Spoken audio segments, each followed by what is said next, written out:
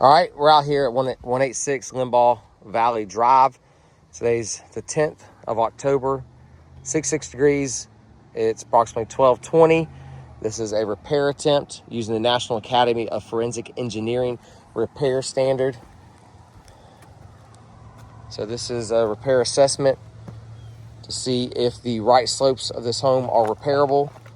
We have a prescription for 150 shingle repair on the right slopes of this home. So the first thing we're going to do or talk about is the fact that he's standing on a 12-12 pitch.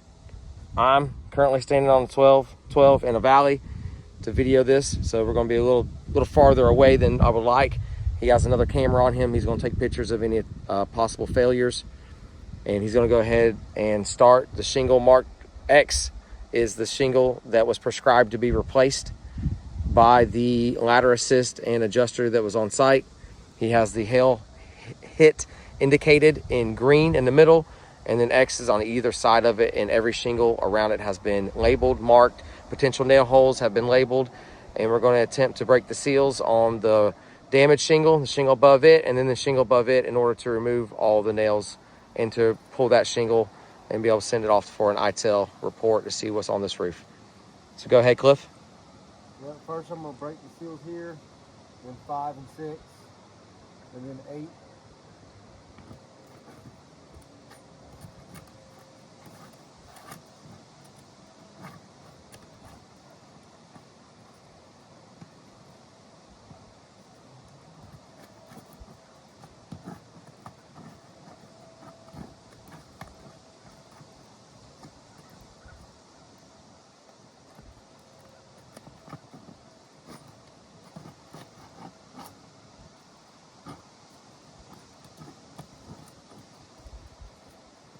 All right, now I've got to identify where the nails are located. There's one here.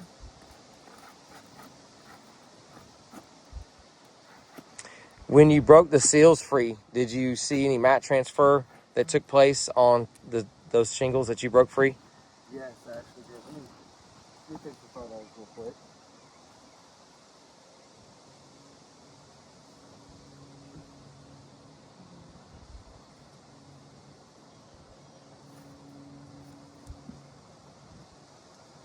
And as you can tell, he's being very careful not to lift the shingles up past 45 degrees in order to do this repair.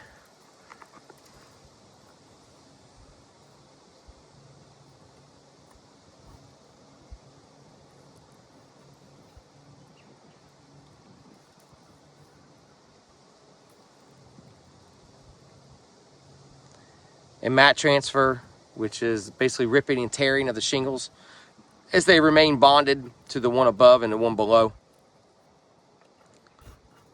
which is an approved failure by the National Academy of Forensic Engineering to support the fact that not all roofs are repairable and that a full replacement is necessary when we have these indicated failures.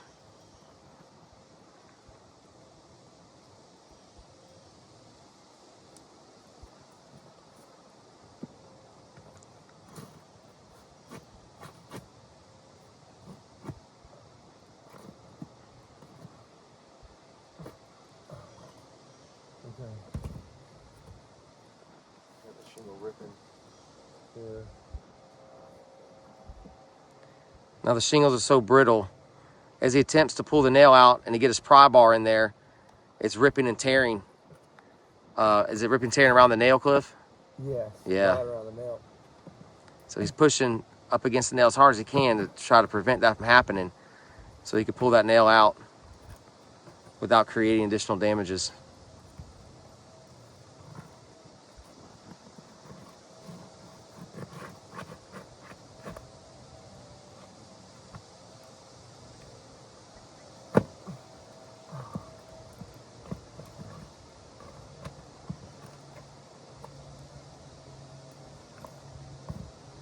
More tears, man. What was that? More tears. So he has more ripping and tearing occurring as he's attempting to pull those nails out.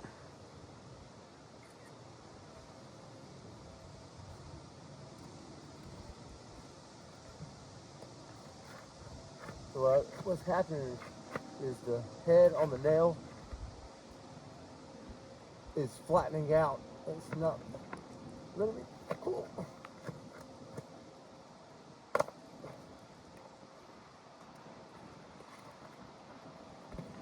He now is having to reach underneath the shingle to pull the nail because it pulled through the shingle completely, which is a common failure on a roof.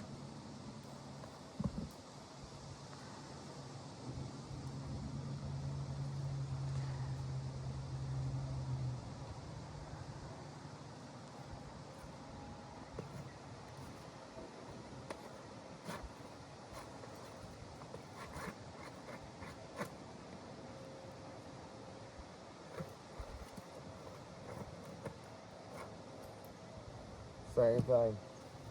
Man, it's so hard to pull these nails.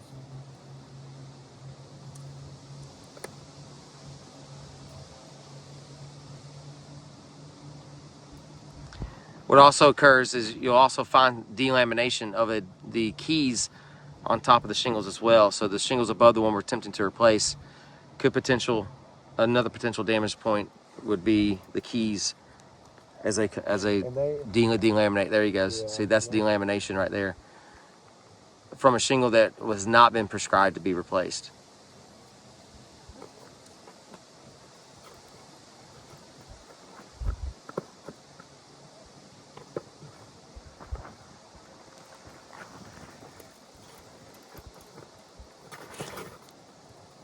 Okay, that's how dangerous this job actually is.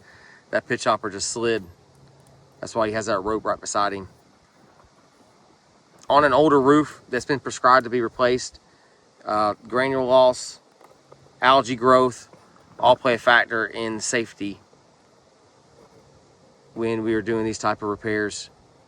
He's having to push hard and work methodically in an attempt not to damage any additional shingles, which is not always possible. Well, it doesn't help all this granule is falling off. It's getting under the pitch hopper. And what he's referring to is the shingles he's manipulating, trying to pull them up, pull the nails out. The granules are falling off of those shingles and rolling underneath the pitch hopper, acting like marbles. So as that gets filled up with loose granules, that pitch hopper starts to slip.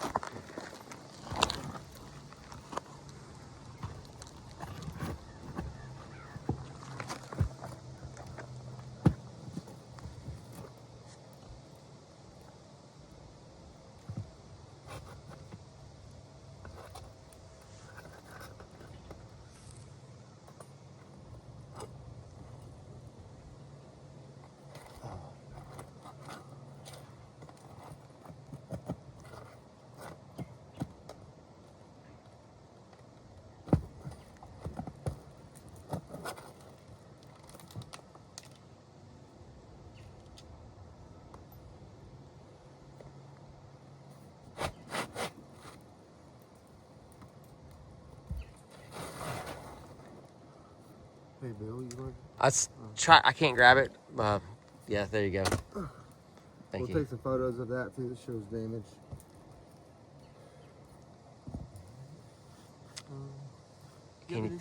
Can you reach it? It's right there.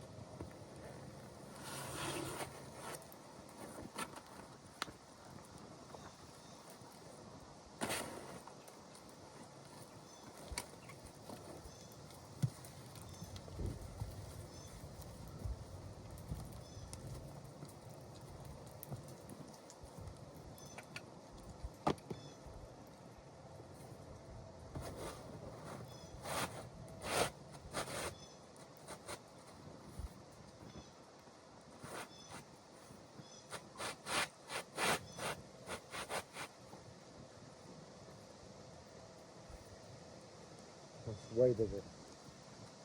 Yeah, so the shingles on the roof now are smaller. These older shingles, they made them a little smaller in different sizes than the new ones that are produced today. So he's going to take a few pictures of that and continue the install. That way we can document any additional damages that propagate. Right now he's taking a picture of the size difference and the overlap of the shingles. And cutting field shingles is not viable due to the fact that we then will expose the fiberglass on the edges, and there is no additional redundant coverage underneath that other than the underlayment. We do recommend and have to occasionally cut shingles on the edges of rakes, but on the edges of rakes we also have starter. Same thing with valleys. I have valley liner and valley metal.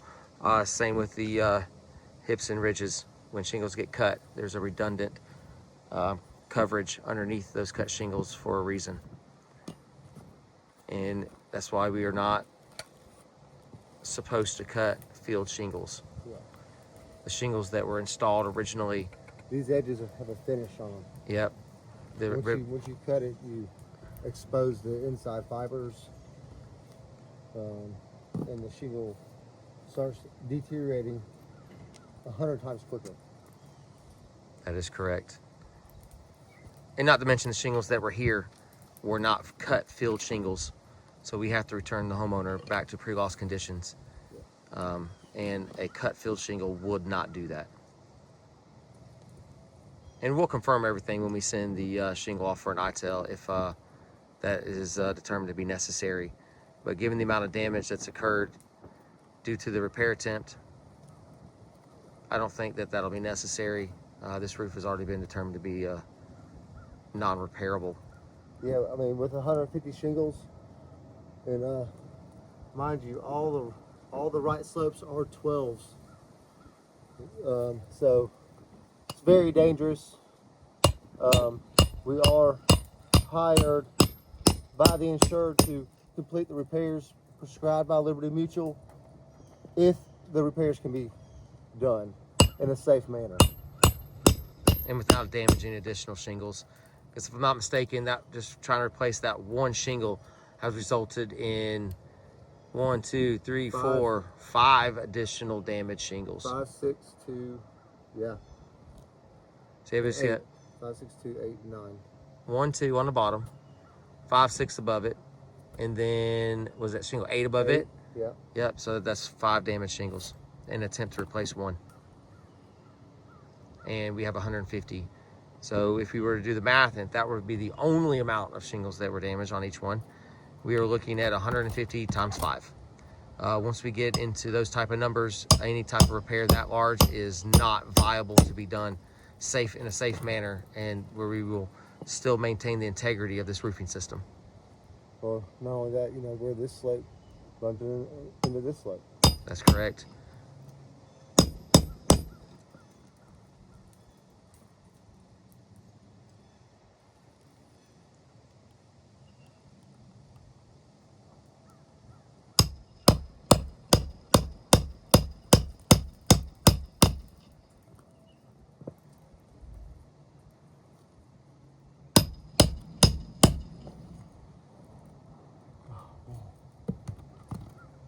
I'm gonna take a picture of this too.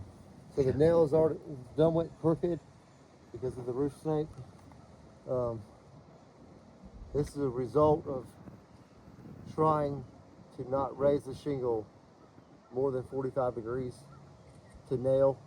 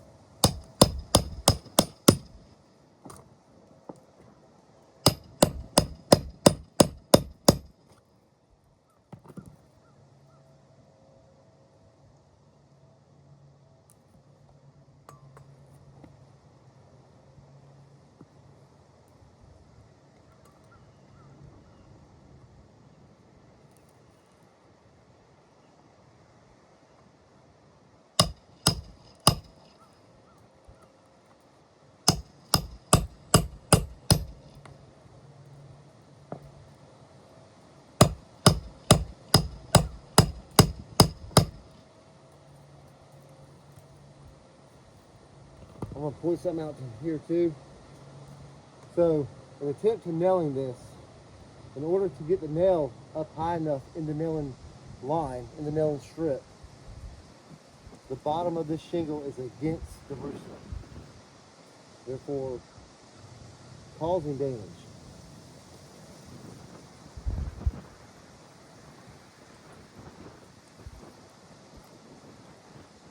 And that's outlined in the National Academy of Forensic Engineering as chipping, when an attempt to nail a shingle in below another shingle.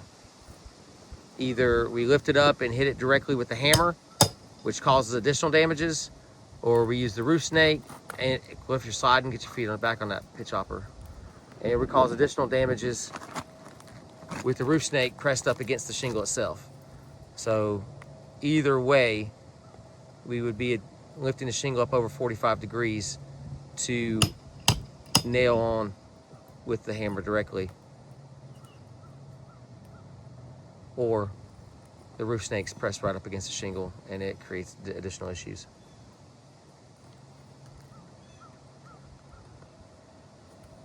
And again, so some of these nails pull through the shingle. These holes are too big to reuse. I'm going to have to go as close as to the old hole as possible, but I cannot reuse the hole.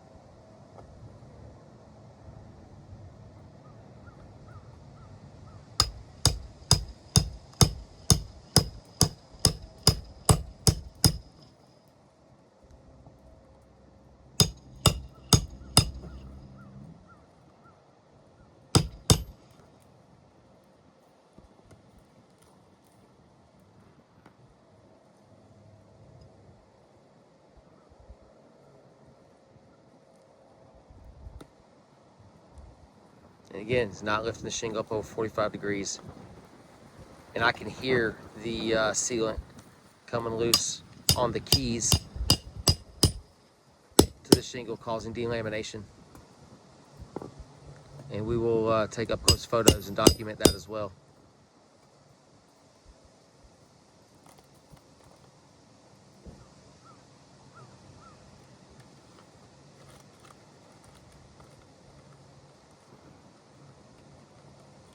A few more nails.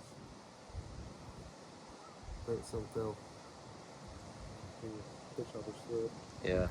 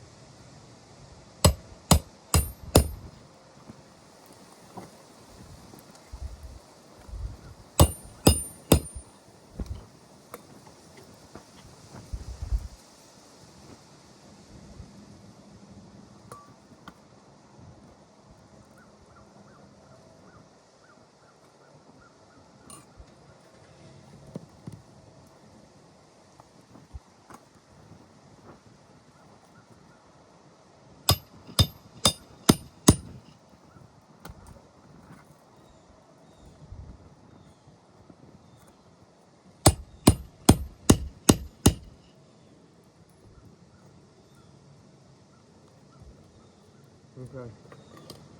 So, based on the repair, I do believe the repair failed. There's multiple failure points. You have mat transfer, ripping and tearing. Nails pulling through, delamination. That's right. It's and a lot of granular loss, as Sure. indicated by the fact that pitch hopper is nonstop, steadily sliding down the roof from the granules that are being lost in the affected area. So we're going to deem this roof of repair failure, and we'll go ahead and continue documenting and labeling all the failure points.